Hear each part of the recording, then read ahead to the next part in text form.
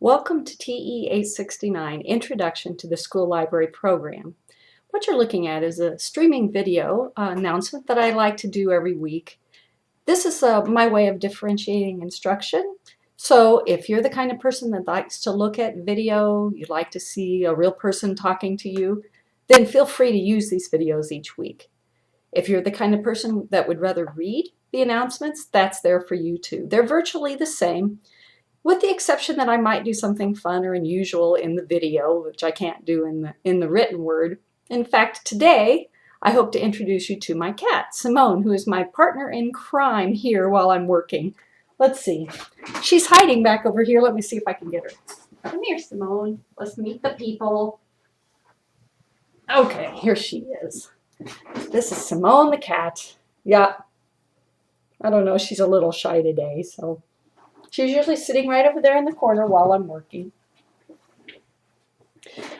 I'm your professor, Dr. Sherry Crow. I've worked in several school libraries and public libraries in children's, young adult, reference, and media services. I have a bachelor's degree in elementary education, a master's degree in library science, and a PhD in library and information management. Now, my area of research interest is how we as library professionals can foster children's and young adults' intrinsic motivation for reading and information seeking. And I try to slip that in whenever I can in the classes. Now, this is the first course to be taken by new students in the school library program. It can also be taken as an elective and other master's programs, or as a course to help fulfill teacher education requirements. The course will give you an introduction to school library issues as well as fulfill the requirements that you need for adolescent and/or children's literature. Now, this is for the school library endorsement. If you've already fulfilled these requirements, then good news, the literature portion of this course can be customized by you to help fill in the gaps with literature that you need to know for future K through 12 school library and other positions in education. The best way to get started in this course is to look over the navigation buttons to the left, then download the syllabus and order the required textbooks. I've set up the course by weekly modules, so you should find everything you need under week 1, week 2, etc. This week, please introduce yourself by answering the questions on the discussion board. And by the way, if you want to include a picture or a little video, that would be fine too. Anything that you can do to help us get to know you better. Postings are always due on Sunday at midnight, and a response to another student's posting is also due on Sunday at midnight each week. Of course, you can post much earlier in the week if you want to, and you can always work ahead.